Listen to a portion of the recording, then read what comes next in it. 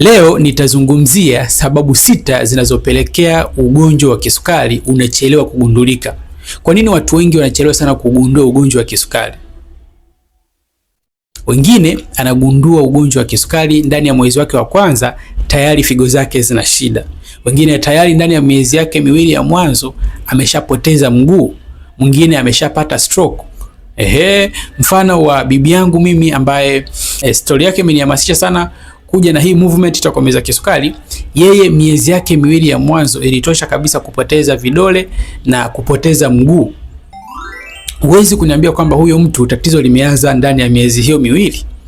Ina maana huu ugonjwa umejificha muda mrefu, hakuujua. Ziko sababu 6 na leo nitakwambia.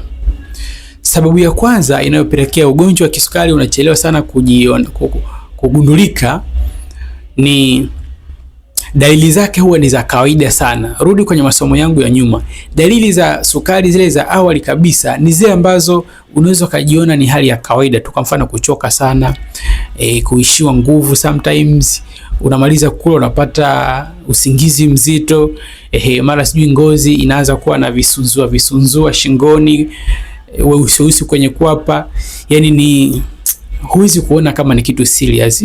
Kwa hiyo ni rahisi kuvitafutia namna kujustify tu au namna ya kuviondoa kwa kufanya mazoezi, kwa kujiona kama uko busy sana, bila kujua mwili unatuma taarifa.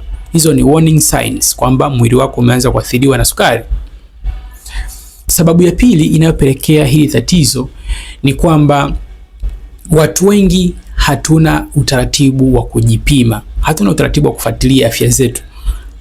Ina maana kama hatuna utaratibu wa kufuatilia afya zetu, ina maana inakuwa ni rahisi magonjwa kama haya kujitengeneza kimya kwenye mwili, yakaja yakaonekana mara moja, kwa sababu kama ungeyagundua katika hatua za mwanzo ilikuwa rahisi kuaddress.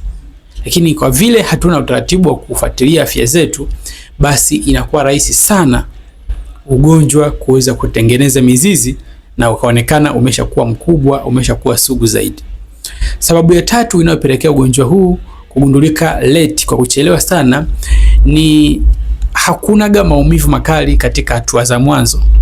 Unajua watu huwa wanatafuta suluhisho pale ambapo kuna pain, wanataka kuikimbia, kuna maumivu anatamani yaondoke, kuna kitu kinamkosesha raha.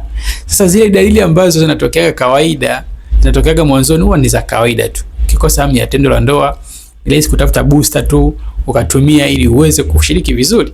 Ukiona unachoka sana, ni rahisi kuangalia ratiba yako uweze kupata usingizi wa kutosha. Ukiona unakula unapata usingizi sana, unaweza kusema shibe mwana malevya, njaa mwana malegeza. Kwa hiyo nafikiri nimeelewa tu, kwa sababu vyakula hivyo vina tabia hiyo. Kwa hiyo hakuna maumivu ambayo yanakupush kwenda kutafuta msaada mpaka pale kwenye zile hatua za mwisho ambapo tayari ugonjwa unakuwa umeshapiga hatua kubwa. Sababu ya 4 inayopelekea wengi kugundulika na kisukari kwa kuchelewa sana ni zile mithi mbaya kwamba huu ni ugonjwa wa wazee. Kwa hiyo kama mtu ana miaka 40, ana miaka 30, ana miaka hata 50, bado anaona haya magonjwa yana wenyewe, bila kujua sasa hivi tupo kwenye zama ambazo kijana mwenye miaka 22, 25 anaweza kupata kisukari type 2. Kijana mwenye miaka 30 ni wengi zaidi, miaka 40 ndio usiseme na kuendelea. Sasa hivi sio ugonjwa wa wazee tena. Kwa nini? Kwa sababu lifestyle imebadilika sana.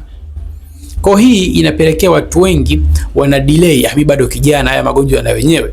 Kwa hata kama kuna dalili zinazofanana, anaweza kazipuuza kabisa, akaona hapana, mimi sina sukari.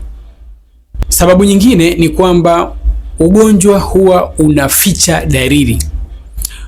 Kuna baadhi miili yao ina uwezo mkubwa wa kuvumilia sukari ya juu bila kuonesha changamoto yoyote. Watu kama hao ndio wanakuja kupata kisukari tayari hana uwezo wa kuona, tayari ana mtoto wa jicho. Anakuja kupata kisukari tayari figo zake zina sumu nyingi. Kwa hiyo pia ni sababu kubwa. Wengine miili yao inaficha, wanasema mimi kwa sipati changamoto yoyote, nilikuwa niko vizuri tu, na hata nimeenda hospitali, nimeenda naendesha gari mwenyewe, nimeenda na drive kabisa, nilikuwa niko vizuri. Na hata walivyoniambia wanilaze, mimi nikaona kama wanataka kujichosha, kwa sababu mimi nimeenda mwenyewe, hakuna aliyenipeleka. Tunasema hao miili yao inaweza kuvumilia sukari nyingi bila kuonesha changamoto yoyote. Na sababu ya mwisho inayopelekea ugonjwa huu kushindwa kugundulika mapema ni wengi hatuna elimu ya afya. Hatujui pre-diabetics, hatujui hizi dalili za awali.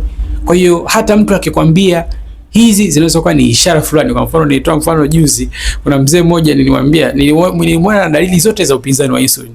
Ana uzito mkubwa, miguu kama inavimba vimba. Nikamwangalia usoni ana visunzua vingi. Nikamwambia, mzee, hebu anza kupunguza vyakula fulani fulani. Inaonekana kuna warning signs, kuna kisukari kinaweza kikatokea miaka ya baadaye hata kama sasa hivi hauna. Hebu anza kubadilisha 1 2 3. Akasema, bwana, yani kama ni kisukari acha kiniue tu, mimi siwezi kubadilisha 1 2 3. Kwa hiyo yani ana take easy kwa sababu hana elimu, hana uelewa. Hiyo ni moja ya sababu kubwa sana. Sijajua ni sababu gani ambayo wewe imekugusa zaidi, lakini tunapokuwa na maarifa kama haya, tunapoanza kuwa na hii awareness, tutakomboa watu wengi sana. Mimi ni Sam Nature, nimedhamiria kusaidia watu wengi kujikinga na tatizo hili, na ambao wameshagundulika tayari wafanye tiba, tatizo liweze kuondoka. Follow page hii, like, share na watu wengine waweze kujifunza ili tuweze kuokoa watu wengi.